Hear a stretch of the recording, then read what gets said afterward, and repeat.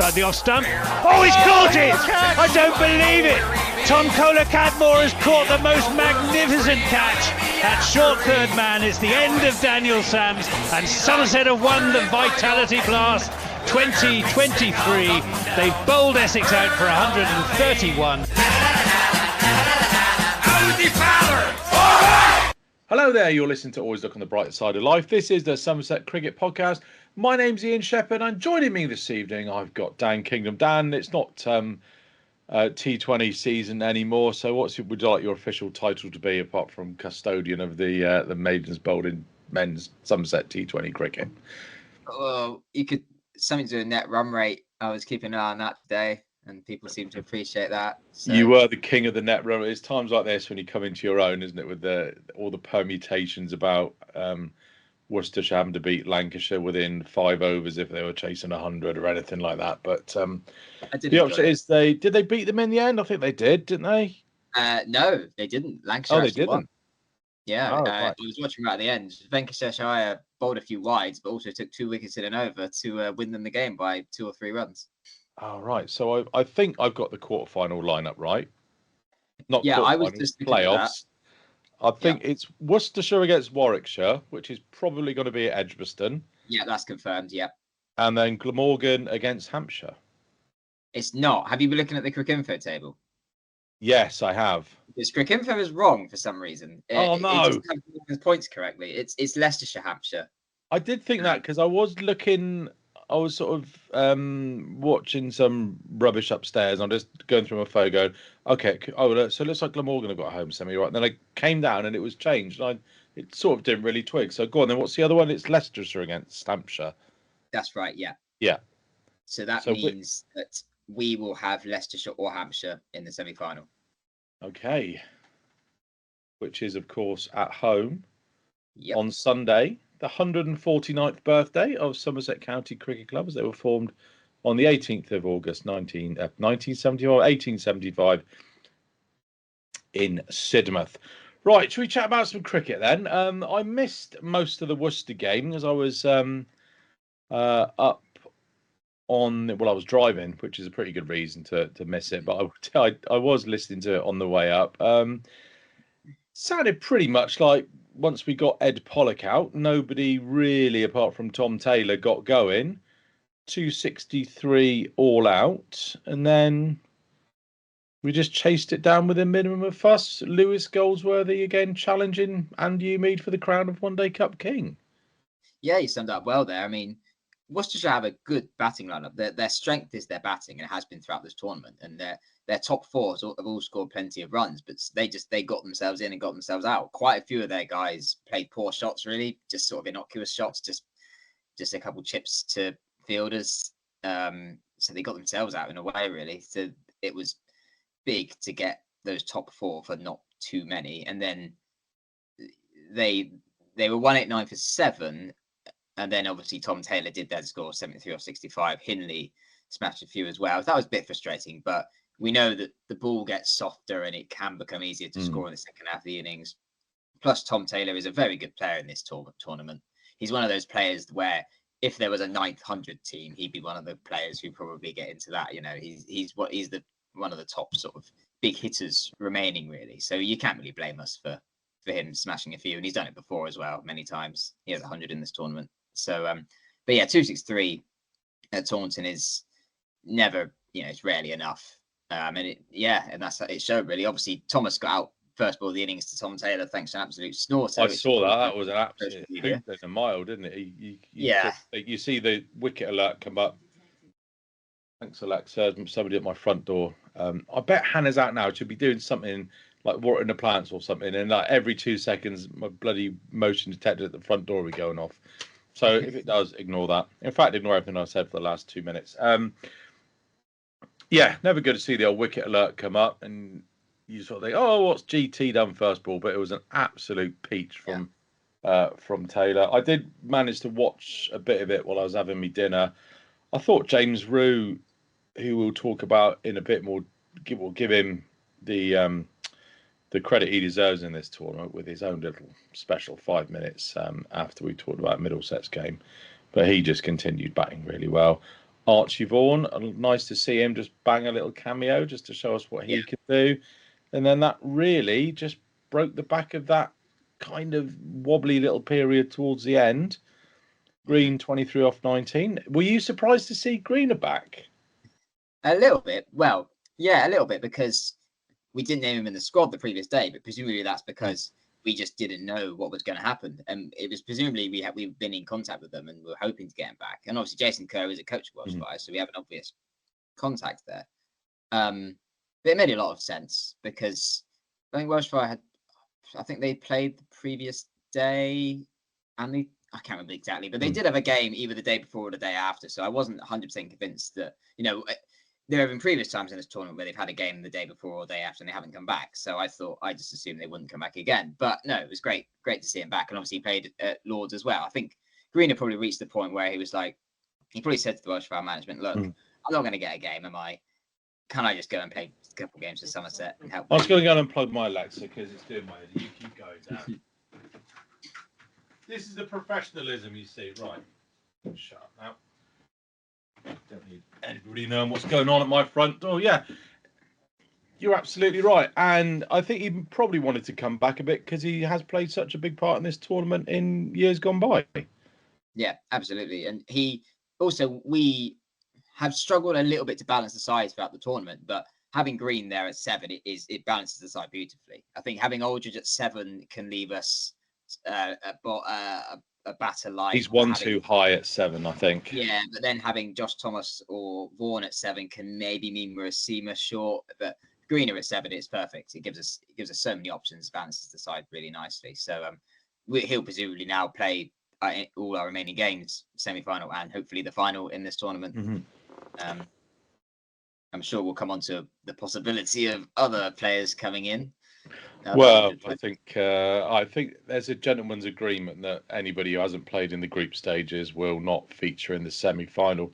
Because I think that agreement applies to the final, but in the knockouts last year, teams did bring guys in. Like I think Liam Dawson came in for Hampshire. I think like Luke Wells came in for Lancashire. There might have been one or two others for Hampshire as well.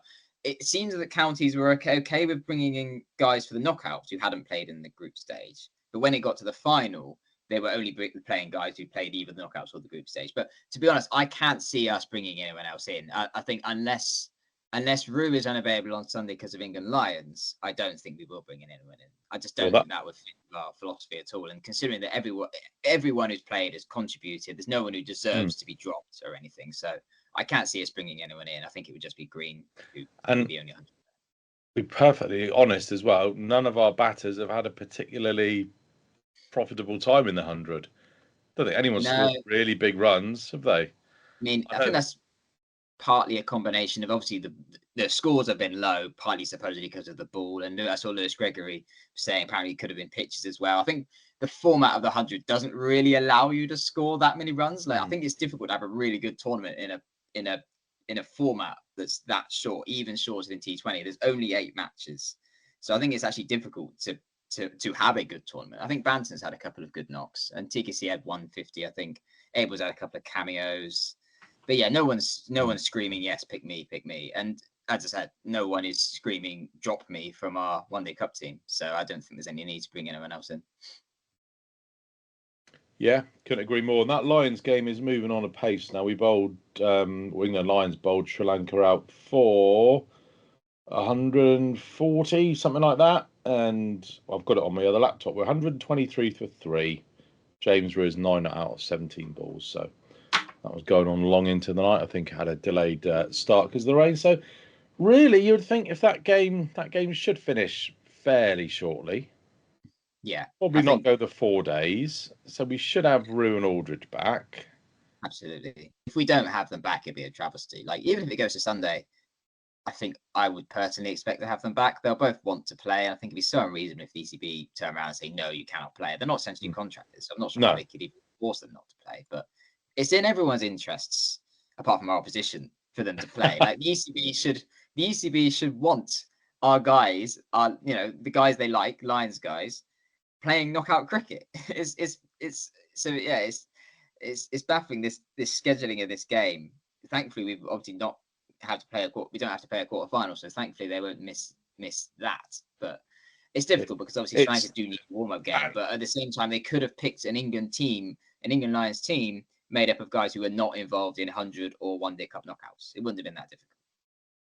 Yeah, and the fact that it's guys in the One Day Cup, not the guys in the 100, that is the really galling thing. That you think the England Lions, it ain't what it used to be. It's not England's second team. It's not, you haven't got the likes of, let's say, somebody like, I don't know, Josh Bohannon in there, who is one of the guys you'd think maybe even one of the next cab off the rank, maybe not this year, but a couple of years ago.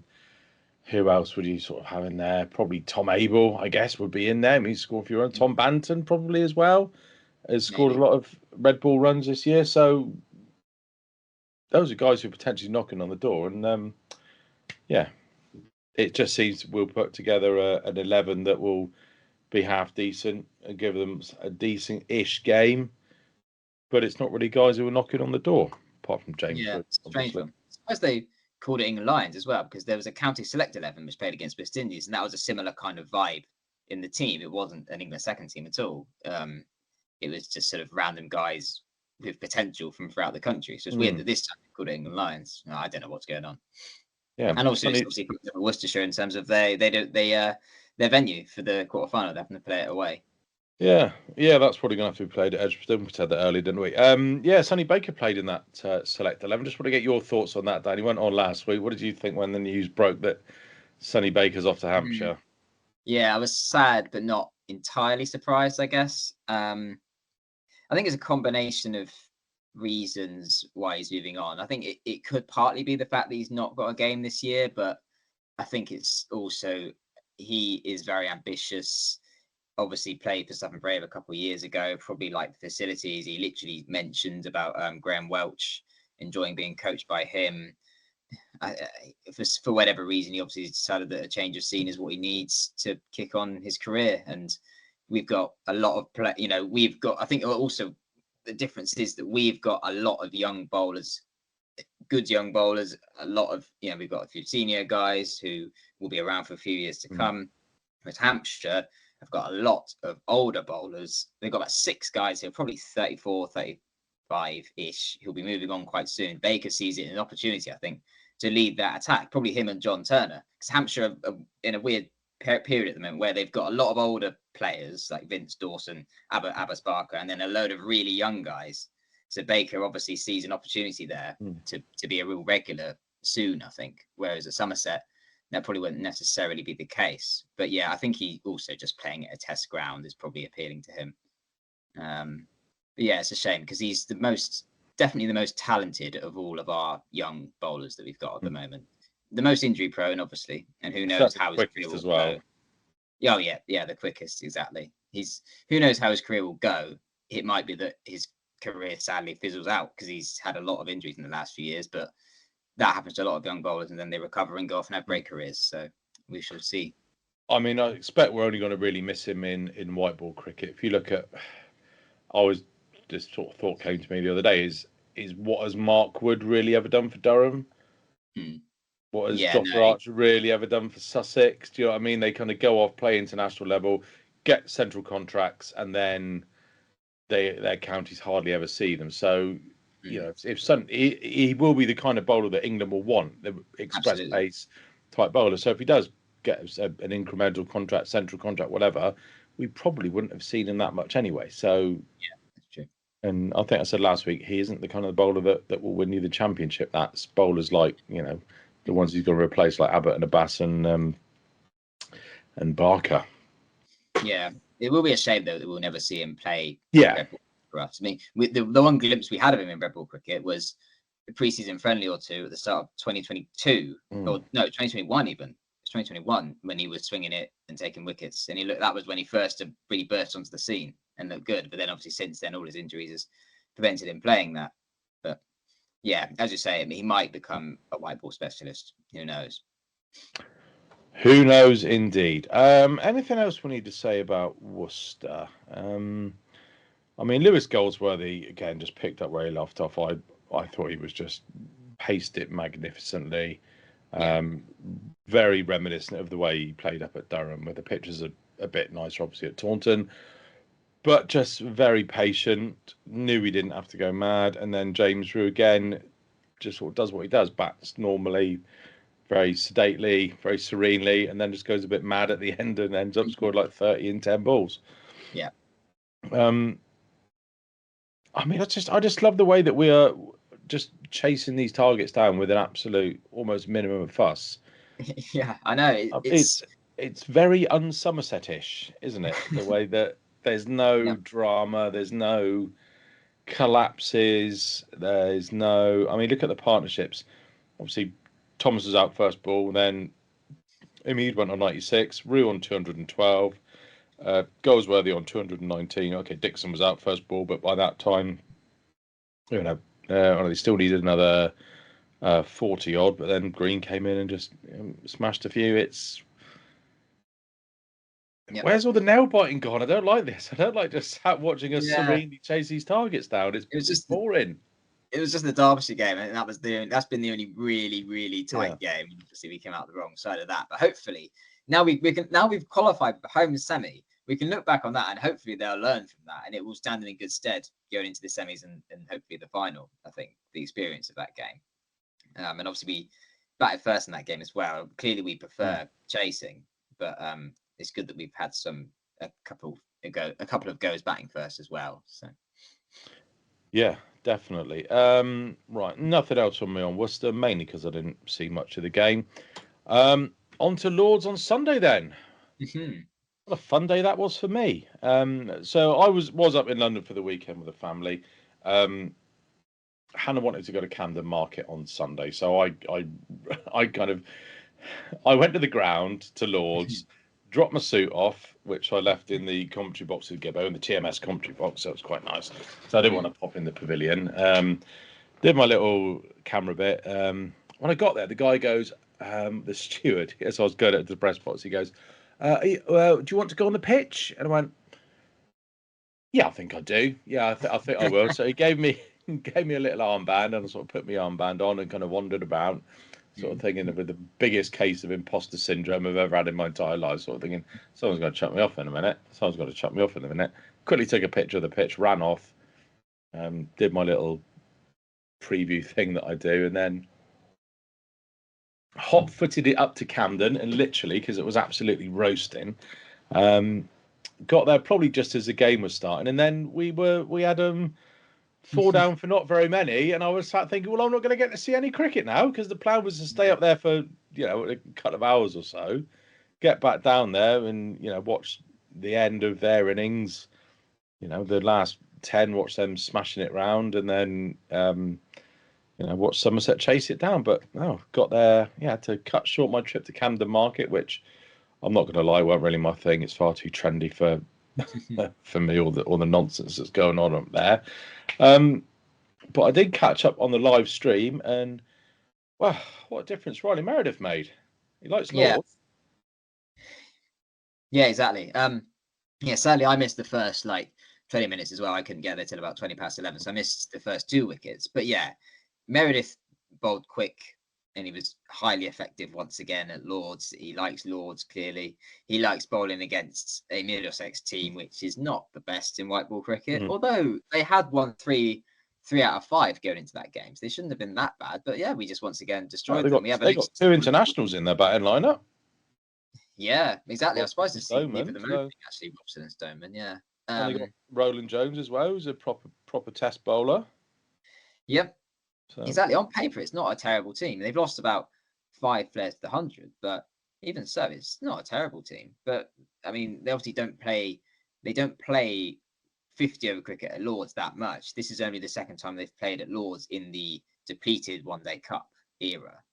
But yeah, we just ripped through them. We never looked in any trouble. I think Dixon rotated the bowler nicely. He could have bowled Meredith out, but I think he probably took the view there's no point in keeping him on here, and risking him. We may as well keep him as fresh as possible for next week, because obviously everyone now has a nice week off, which is great.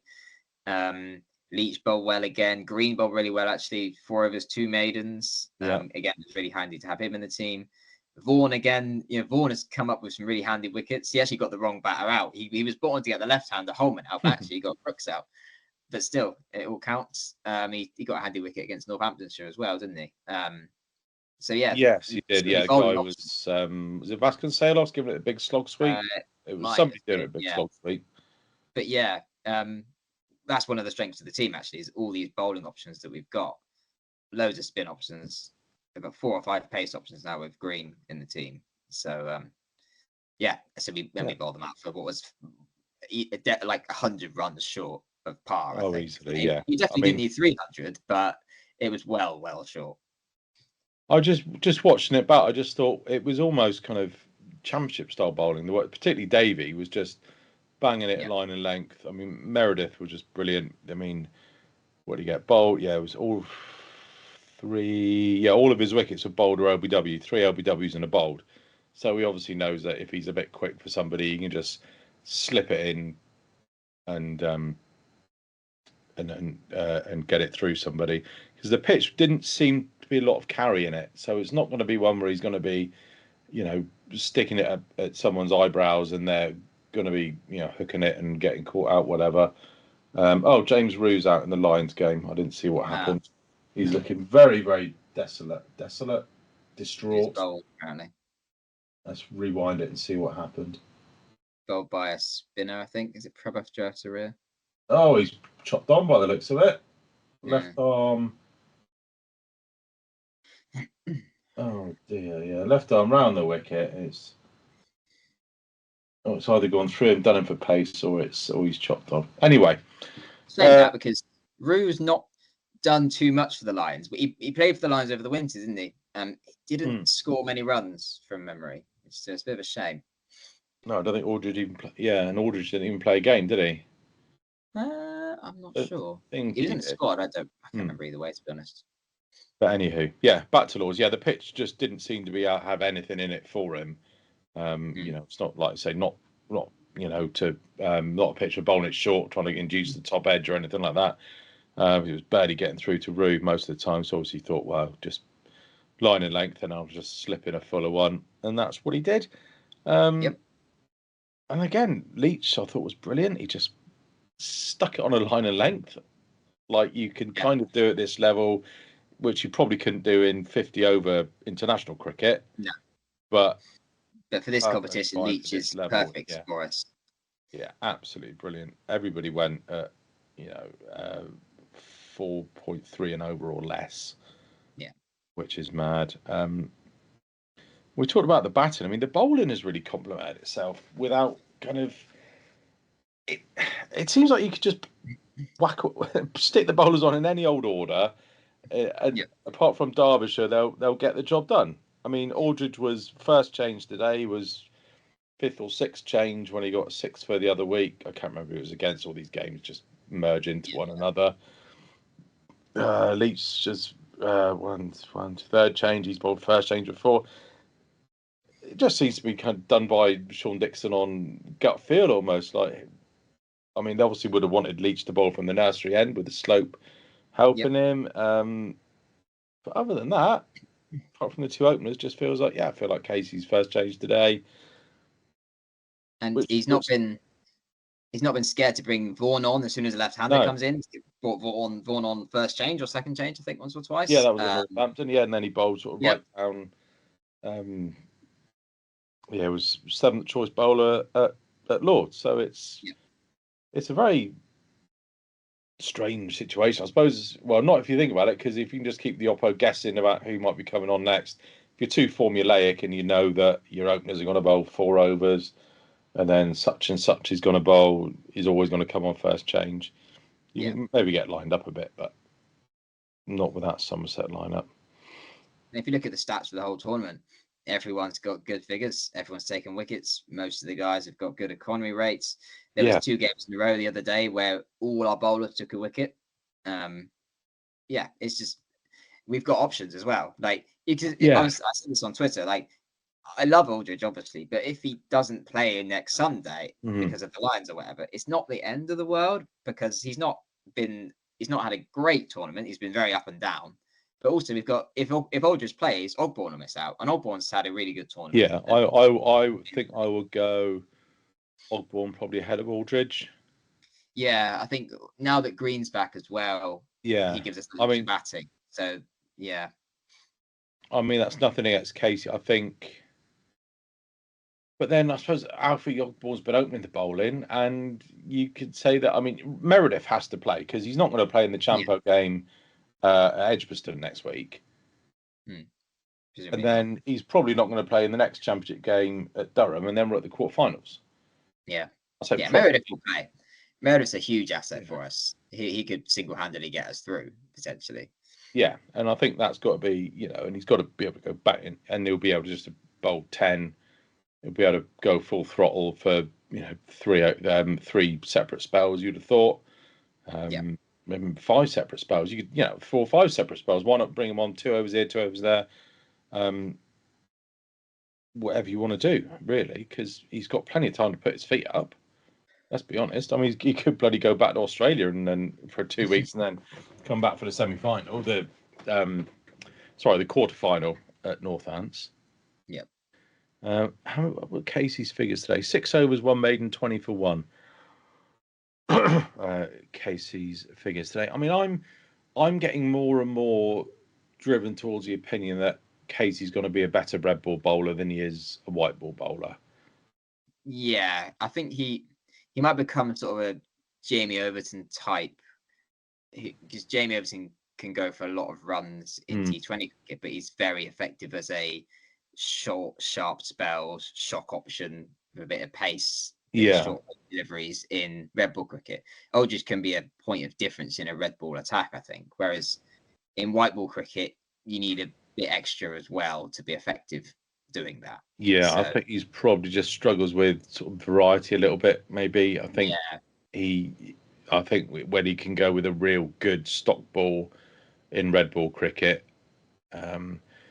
I mean, the best I've seen him bowl was at the Oval in that championship game at the start of the season, and I think he just really good solid line and length there, and use his height, use his pace. But I just think in this competition he's just been not necessarily lined up a little bit, but I would potentially now say for Sunday that I wouldn't be too disappointed if he wasn't in the team. Yeah.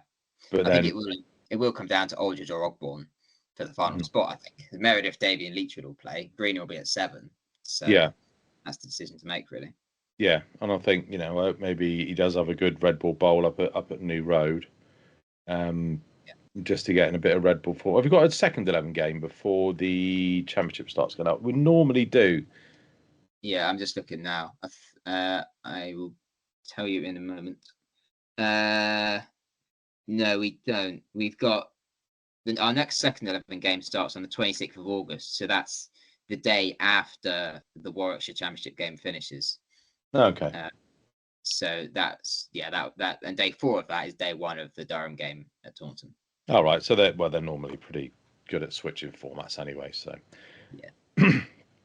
not too worried about that. But certainly looking forward to seeing Casey back with a red ball in his hand. For Warwickshire. What else got to talk about Middlesex? Yeah, I went in the Pavilion for the first time. That was good fun. Broke about 4 rules that I later found out on the MCC website I shouldn't have done.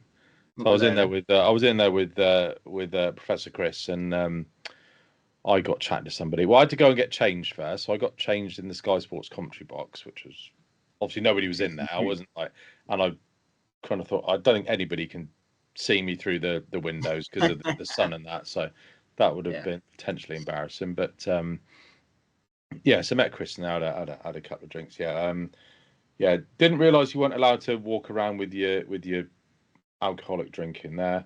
Didn't realise you weren't allowed to take selfies in the long room. I got told off for doing that, and I was on the phone and I shouldn't have been on the phone as well. So sorry. Really, they stopped you being on your phone. Well, you weren't supposed to be.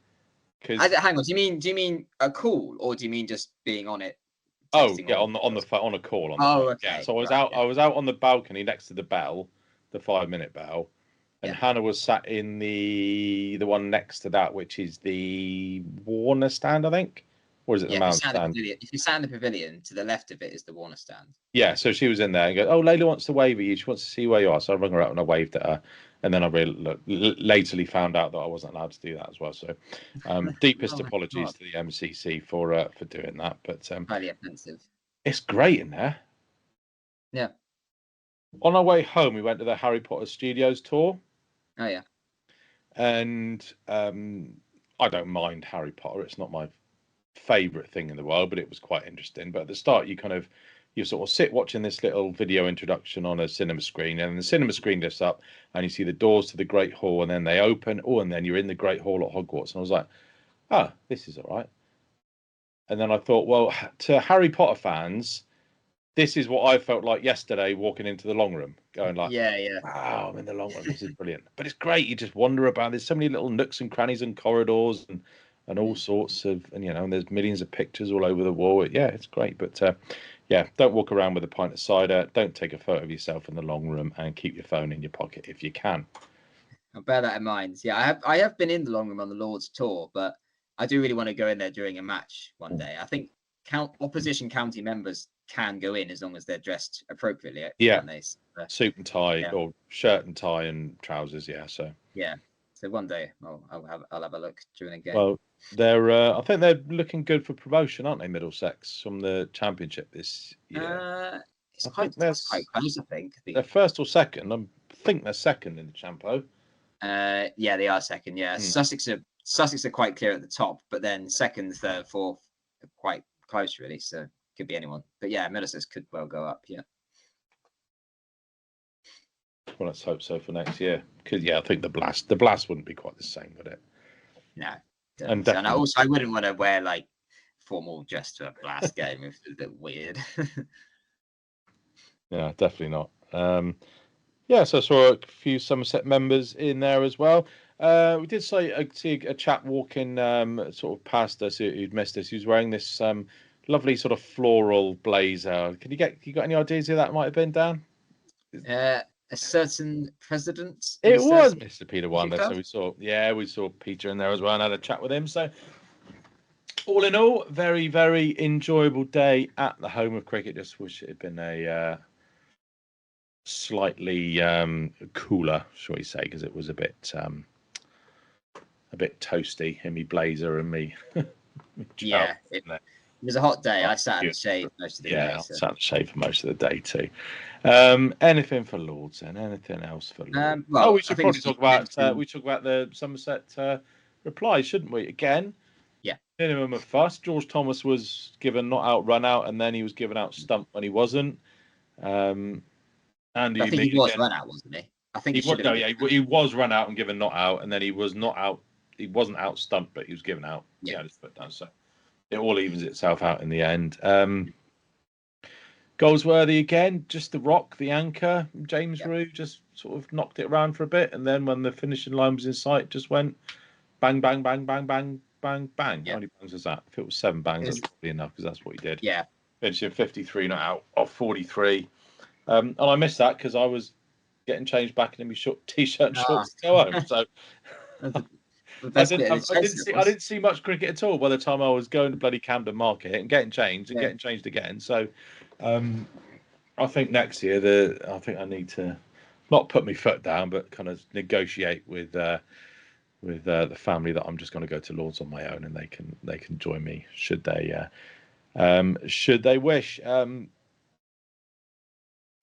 I did ask Paul Tweddle a question afterwards because obviously Jason Kerr is back, will be back for the semi-final, and he will be back for the final as well. So I said to him, Tweds, Jason Kerr's back. You going to be in charge? You want to bloody hope so? I bloody hope so too, because I think it would be very unfair to take control of that team away from Tweds. He's done a fantastic job with it. He's had to deal with a lot of shit over the last few years in this competition, and credit to him, credit to Ben Green, of course, credit to Sean Dixon, turning this sort of club within a club, I guess, into such a phenomenal outfit. I mean, you must be as happy as I am, Dan, in the way that they've just grown and are now a really formidable outfit. Exactly. Yeah. I mean, we really struggled at times in this competition in the last 2 years, particularly. Like there were a couple of real thrashings last year when they were up at Gloucestershire and up at Northamptonshire. And there were some thrashings in 2022. That year we won once in 8 games. Last year we definitely showed progress, but there was still work to be done. But this year, I think the combination of a few things has happened. We've obviously, I think the experience of the last few years, the guys have got used to playing in this tournament, and now that experience is really bearing fruit. We've seen real progress from a lot of players this year. George Thomas, Leonard Ogborn, James Roux, for example. And I think last year as well, we had a lot of injuries on top of the 100 call-ups, and that meant a lot of guys maybe got exposed when they wouldn't have been ordinarily. But this year, those guys they've been because of that experience, they've been better. And also, we haven't had injuries this year, so this team has just been stronger than it was last year. Plus, I think Jack Leach has been a massive influence on the team as well, and he's just given us that extremely solid option through the middle. He's never gone for runs. He's always picking up wickets. He's just an experienced head in the field and the dressing room as well, which I think we massively missed last year. Yeah, exactly. I think we've just looked like a very competent cricket team. As at times in the last couple of years, we've looked a bit of a shambles. And that's not necessarily their fault. It's just the way things have turned out for us with all the 100 call-ups and the injuries. But this year, we have just been, for all times, a really good team. Even in the losses, the losses were close. We've always been well in the game at all times. Yeah. And it's been great to see just the progress from last year and the way we've just massively exceeded expectations. So I don't think anyone came into this tournament expecting us to get through. Like, I thought maybe we'll challenge for the knockouts, but we've got through with a home semi-final. We've topped the group. It's an incredible achievement. Even in 2019, when we won the tournament, that year we came third. And obviously the nature of the tournament was completely different back then, obviously. But we went through the hard way that year. This year, we've just gone and topped the group. It's a great achievement from these players. Again, playing against some teams that are a lot less hit than us by the 100 as well. Yeah. Sorry, Dan, keep talking because I'm just trying to find something here to prove a point. So I think pretty much what I was going to say. All right, okay. So what I'm doing now is I'm just trying to look up the scorecard from when that lot up the road last year. Bowlers: Danny Lamb, Ned Leonard, JT Langridge, George Thomas, Curtis Comfort, Shoaib Bashir, and Josh Thomas, versus a bowling lineup on Sunday of Josh Davey, Riley Meredith, Casey Aldridge, Ben Green, Jack Leach, and then George Thomas and Archie Vaughan as backup. So that there, I think, is really one of the the main reason why we are so successful in this tournament this year, because our bowling, we were able to put out a full strength bowling lineup pretty much. Yeah. So we've lost our 100 guys, but last year we had no Josh Davey. We didn't have a quality overseas. We didn't get Ben Green released back to us. We didn't have Aldridge last year either. We didn't have Leach last year. Yeah. So that, I think, is the big difference. And I think we got the batting to pretty much chase anything, and I think we got the bowling to pretty much defend anything. Yeah, and obviously the batting last year was less of an issue than the bowling. It was mainly the bowling last year that lost us games. But yeah, the batting this year. I mean, George Thomas has obviously kicked on. I think we thought that might happen based on his performances in the second 11 T20 and in the Blast, and yep, that's happened, which is great. Umid has been very good again. Obviously not quite as good as last year, but that was always going to be very difficult to emulate that. He's been a very solid option at the top. Goldsworthy, he's been good in this tournament before. He's good again. Just he's the anchor, isn't he? He's the guy who won't play a silly shot, and once he gets in, he will do you a good solid innings, and he's the perfect kind of player in a chase of 150 to 270. He's perfect, I think, to be the guy that others can bat around. And then James Roux actually had a sort of a quiet tournament last year. He had 100, but he only had a lot of sort of 20s and 30s. But this year, he's had 5 50s and 8 innings. He's just an absolute beast in this tournament. Yeah, exactly. It's unreal. Yeah. Let's run his numbers now. 8 matches, 8 innings, 3 not outs, 374 runs, at an average of 74.8, high score of 88, striking at 95.89. I mean, those are ridiculous numbers. Yeah, exactly. And then the guys, we've got a pretty deep batting lineup now. Early in the tournament, there have been times in the tournament we haven't had particularly deep lineup. But actually now with Greener back, we do have a deep batting lineup, but a lot of the time we haven't really needed them. Several times the top 4 or 5 have got the job done, which has been great to see. Dixon's had a few good knocks, but hasn't often been needed. But he's very good to have as the sort of guide back through the second half of the innings. We know he can score quickly from ball one. He's shown it in the Blast, and there's still, I think, an innings in him, I think, to come, hopefully. Where he does that. I mean, I think now England will probably be looking at James Rew's most likely route to international cricket as being in the one-day international side. Maybe. I mean, because they won't be picking necessarily just based on this tournament, but it's difficult because the way that we have played has not necessarily been the England white ball style particularly. Maybe that's the England white ball style wasn't particularly effective in the World Cup and in the last few years. So I think, I think obviously with Matthew Mott going, I think the new coach has probably got quite a soft spot for Somerset and would have seen a lot of James Rew.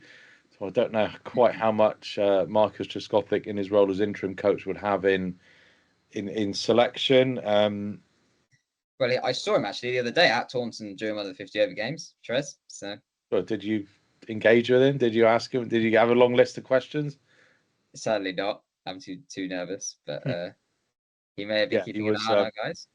He was, was he sort of incognito because he likes to go like in his cap and his sunglasses just so. Yeah, I think he doesn't. Yeah, I think it's. But Mark, what would he need to wear to not get recognised at the Cooper Associates County Ground? He'd have to go in he'd have to dress up as Stumpy. I mean, maybe that's the way forward for him. Maybe that's how he's going to go about it going forward. But what we're talking about, James Rew's ODI route to international cricket. Because I think he's got all aspects of the game. I mean, obviously, I think he's good enough to play Test cricket. Yeah. I want to see him play T20 cricket for us. There is no obvious route into that side for him unless, somebody's got to have a loss of form and get dropped, I think. It's something that number 5 spot on our T20 side, which is the one that's the most volatile, but Dixon played pretty well this year in the Blast, and I don't think you really drop him. But I mean, Rew will be pushing, I think. And I don't think you can pretty much lower than that. He's too good a bat for that. I mean, and that's the guy that the player that he is most similar to in T20 cricket, I think would be Abel. The way he's just got that class, and he can play the big shots, but with a touch of class as well. It'd be fascinating to see our 50 over team have a go in the T20 Blast. I know there's a little bit of overlap of players, but how would they do? It'd be fascinating. I mean, effectively, what I'm saying is, our T20 second 11, the team that won the second 11 T20, how would they go in the Blast? And shall we enter that? Or shall we say, no, thank you, we're not going to do the Metrobat One Day Cup this year. We're going to have our own 100 franchise, and it's going to be this team, and we're going to play at Taunton. And you can come and play us in whatever format of cricket you like, but with whatever 100 franchise you want to bring down. Well, love to see that. I'd love. There is talk. There's been talk of like a West Country 100 franchise, of course. But like I've thought this before. If that did happen, why wouldn't we just say we'll just play it at Somerset? Thanks. We don't need to sign players from other counties. We should just say we'll be Somerset. If all 11 of our players are going off to play in the 100, I mean, I think. Yeah. Oh yeah, there are 11 players in a cricket team, so we could just do that. But, exactly. Oh, I don't want to get started on the 100 again. It's nearly finished for another year, and then we're just going to have to listen to the ECB nonsense about investment and all that bollocks that we're going to have to, because they just seem determined to sell the game to the highest bidder without. Anyway. Well, I'll just quickly mention that the men's 100 hasn't been that good this year. I don't think. I don't follow it, but just the vibe I'm getting from what I've read on Cricinfo on social media, it's not really caught the imagination. So it'd be interesting to see how the investors react to that. And I think Stokes' injury, while yes, he could get injured at any time, that has turned a lot of people against the 100 as well, I think. So I mean, like when Smead got his 100, that was big news. It was all over the press, and at the first, first 100 in the 100. I don't remember. I mean, there was a couple of games that were won by a one run on the same day. I think the men's and women's games might have been Trent Rockets against somebody. They were both won by one run. Mm. But I don't think there's been. I don't think there's been. There will always be decent snippets that you can put on social media, but I think overall, as a contest and as a sort of a competition and an exhibition and a shop window, it's been pretty meh, really. Yeah. I mean, there's been no point of difference between any other franchise league. No. It is now a massively crowded shop window, and everything apart from the IPL is jostling for that second place. And I don't know, it just seems utterly saturated. Yeah. The problem is the ECB see the solution is throw more money at it so we can beat these other leagues and attract the stars who are going to America and going to Canada and whatnot. Yeah. So, I mean, if it was me, I would I would be saying, well, hold on a minute. America's got no cricketing background, apart from the fact that they played the first ever international game against Canada. That's a good knowledge there. in any sport, Canada's got no knowledge cricket background, apart from the fact they played the first international against America. But I would be backing us, the UK, England, Wales, to say, right, we have got a rich cricket history. We have got it's all over the country. We've got hundreds of thousands of participants, hundreds of thousands of fans, tens of thousands of members, 18 established first-class counties, 18 established venues that are rock solid. I will bet that against any fly-by-night league in, the Toronto tit fuckers against the Washington wankers or whatever. Do you know what I mean? Because that can just go. That could just get blown away in the night by a strong breeze when somebody says, you know what, I don't fancy bankrolling this anymore. I'm off to do something else. Yeah. That's the thing. These other leagues, they are very volatile as well. Like the team names change year to year because the owners change year to year a lot of the time as well. And I just think, and obviously the introduction of that uncertainty of private ownership in English cricket, it's scary times, really. It's just there's so many unknowns, I think, and I think the ECB don't really know what they're letting themselves in for, to be honest. And there's a lot of talk about them completely misunderstanding the whole process and not valuing the teams correctly. And there's a lot to run, I think, with this saga. I mean, it's a 3-week tour, 3.5 week tournament, give or take, 4 week tournament. Yeah. Straight away, they're going to want that extended.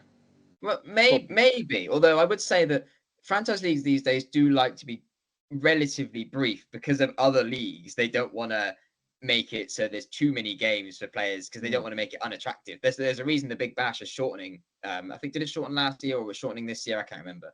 But the Big Bash is shortening to try and attract players because they thought that 14 games is too long. But what the ECB need to do is regulate. They need to say, sorry, but the window is set, is 8 teams and it is 8 matches per team. That's it. They have to be firm on that because we cannot have the 100 further encroaching on the rest of the season. Because at the moment, if the 100 is going to exist, it's kind of in a way the perfect length because it is basically the length of the One Day Cup group stage plus a couple of knockout games. It's the perfect length. If you extend the 100 by a week or two, suddenly it's encroaching on county championship as well. At the moment, at least it's only affecting one competition negatively. We don't want it affecting one competition negatively plus a little bit of the championship, which just ruins the integrity of that. Because someone like Surrey are going to be pretty pissed off if they have 2 championship games with their extremely understrength team because they've lost a load of players to the 100. Because Surrey want to win the title. They don't want to lose the title because of that. They want to be full strength for the whole season. And that's why the counties originally agreed it would ruin the championship's integrity to have 100 games during the championship. That's why they decided, no, we're going to sort of ruin the integrity of the entire One Day Cup. But at least it means the One Day Cup is not a level playing field, obviously, but at least it's the whole tournament is kind of is affected rather than a bit of the championship to kind of ruin it because the championship would be ruined however much you sort of affect it, I suppose. So even if you take 100 players out of the championship for 2 or 3 or 4 rounds, it ruins the rest of the season, and that would be a very bad idea. But at least the One Day Cup, we know what it is. We know what we're getting, and it's you've got the window, and it's going to be yeah. I mean, these are going to be very, very worrying times over the winter, because I've got a feeling now we're going to see stuff leaked in the papers a couple of days before, just this kind of testing the water, see what people think about it, kind of stuff, and all the response is going to be negative, because the people that don't like the 100 are the people that care about cricket. The people that like the 100 would have liked the Blast if it was marketed to them properly. But anyway, that's a conversation which we've had several dozen times. We were looking at the overall records of the group stage of the Blast. I mean, they are what they are. Go and have a look at them. I mean, what stands out for me the most, probably, again, just looking at Jack Leach, 14 wickets, going under 4 and over. That's crazy. Yeah. Under 4 and over in modern white ball cricket is mad, especially for a bowler who, he's not an Adil Rashid type. He's not a Rashid Khan. He's not a mystery wrist spinner. He's not hopping the franchise leagues.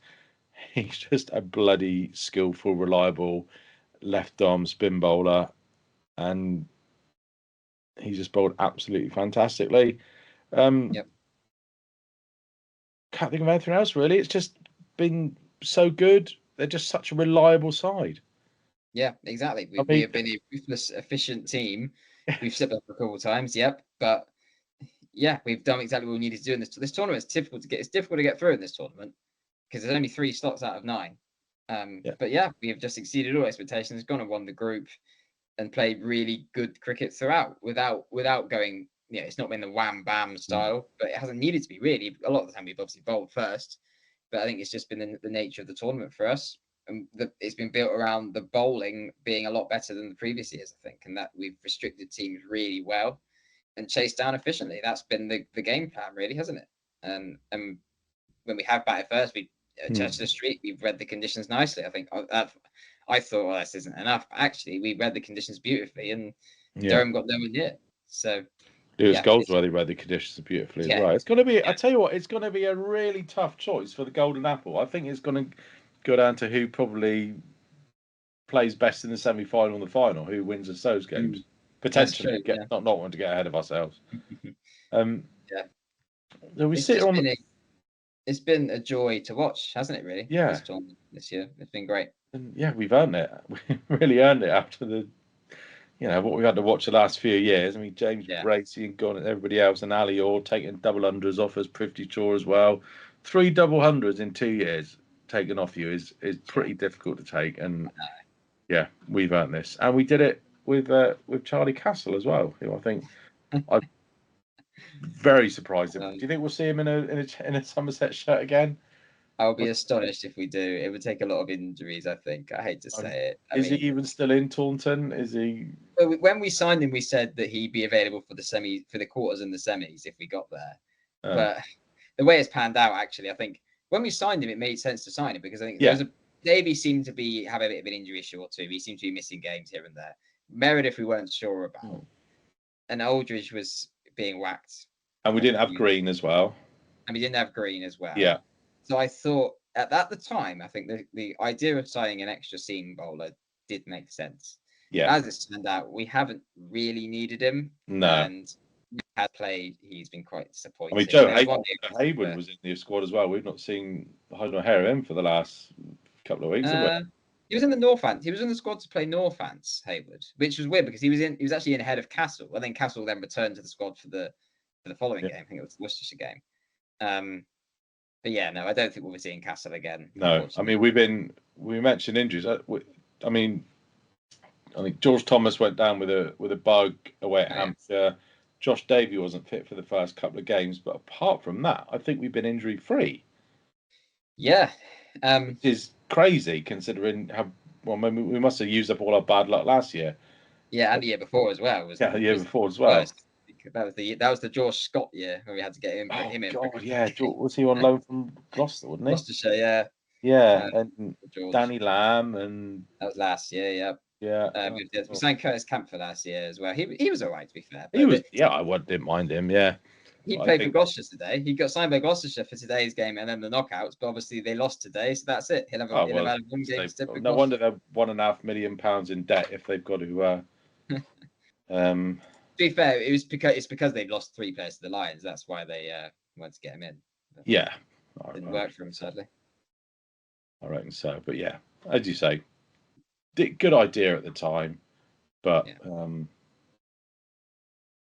yeah, didn't work. Sorry, right. I'm gonna have to edit this bit out. But oh, thank goodness for that. Right, sorry, I was getting annoyed. I was getting very worried there.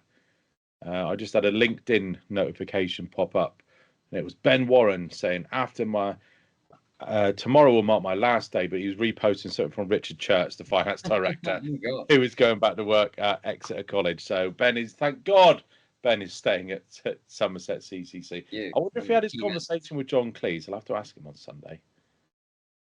Did you see all that go down on Twitter? I haven't seen anything. No. Oh, you haven't seen it? I'll have to find that. John Cleese? No idea. John Cleese, obviously Somerset born and bred. Who's basically complaining about the live stream sounding amateurish. So obviously not when I'm on, obviously, but yeah. So I think they messaged him to say, well, DM us and we'll see what we can do. But yeah, I found out about the Richard Church stuff from my wife, Fanny, because she works at Exeter College, and she said, "Oh, that one who works at Somerset's coming back, but don't put it on your podcast." This is about 3 or 4 months ago now, so I've been sworn to secrecy. But yeah, best of luck, Richard, back at Exeter College, and for the rest of your career. Right, so that's Minor Panic is over. Right, shall we select the team for Sunday then? Let's look at what we had at Middlesex, which was George Thomas, Umi, Goldsworthy, Rude, Dixon, Vaughan, Green, Aldridge, Josh Davey, Jack Leach, and Riley Meredith. We're assuming that Meredith has had enough of a window towards Sunday and will have enough of a window after Sunday to be allowed to play. Mm-hmm. No injuries. Do we keep the same team? Yeah, I mean, as we said, I think it's Aldridge or Ogborn. I think that's the one decision to make. The other possibility is it's Vaughan or Josh Thomas, perhaps. But I think, Josh Thomas did have that really good innings against Derbyshire. Vaughan has also had that good innings against Worcestershire. And Vaughan does provide the off-spin option, whereas Thomas is another left-arm spinner, and we've already got 2 of those. So Vaughan probably edges Thomas for me, which is the same for Josh, because he's done well. He's done perfectly well for us in this tournament. But yeah, I think it's nice to have the off-spin option. Depends who we're playing against as well. I mean, in terms of the number of left-handers, I'm not sure Hampshire. I don't know off the top of my head how many left-handers Hampshire and Leicestershire have got. But yeah, clearly that's your job, Dan. You're supposed to know these things. I wish. Yeah, similar team for me. I think it's a good, solid team, and I think having Meredith and Davey and Leach in there, with a few of the younger bowlers, it's 3 experienced international bowlers. Ben Green last season's leading wicket taker in the Blast, or one of the second leading wicket taker, sorry, in the Blast. Vastly experienced, vastly skillful. Plenty of options there, plenty of quality, plenty of backup. I don't think we've got. If Rue can't play because of the Lions, I'm guessing Banton comes in. He would, for me. I mean, I don't know where he'd bat necessarily, but for me, he'd be the one to come in. I think you'd have to bat where Rue bats to keep everybody the same. I've got no issue with him batting at 4. Yeah. I mean, the guys wouldn't have played a 50-over game since the Lions. He played well. There was a Lions game, the one that Smead played in against South Africa A, and then before that, it would have been the 2019 final. He played at Smody Eyes in 2020 as well in COVID against Ireland at the Rose Bowl. Oh, okay. So apart from that, it's not like he's got a preferred 50-over spot that he's desperate to sit in and is a proven track record. He obviously opened for us before, but I think we wouldn't want to disrupt the opening partnership we've got. So yeah, as you said, Banton in for 4. I think that makes sense if Mm. if we cannot play James Rue, but I think Rue will play. I think Yeah, I think he'll he will. wanna I think he play. will, barring injury. Yeah. I mean, that's the only thing. If him or Aldridge does pick up an injury, then yeah, it is what it is. But you're not tempted then to bring in any of the 100 lot. I don't think so. No. I mean, there's no one I really want to take up the team. Really. No. I mean, Vaughan is probably the most vulnerable, but I feel bad. And Yeah, I you would. suppose Abel He's could done come in enough. for Vaughan, but that would give us a bit more batting. But I don't know. I don't know. I don't know. I just don't know if Somerset will need to decide their philosophy on this. And Yeah. I think their philosophy will probably be someone will only come in if, say, it can't play or whatever, or if they play the group stage like Green has. I mean, I agree. I get the feeling that with all the noises and what I've spoke to people about, I think, well, I'll be very surprised if any of the 100 lot came in unless it was in case of injury or emergency. Yeah, agreed.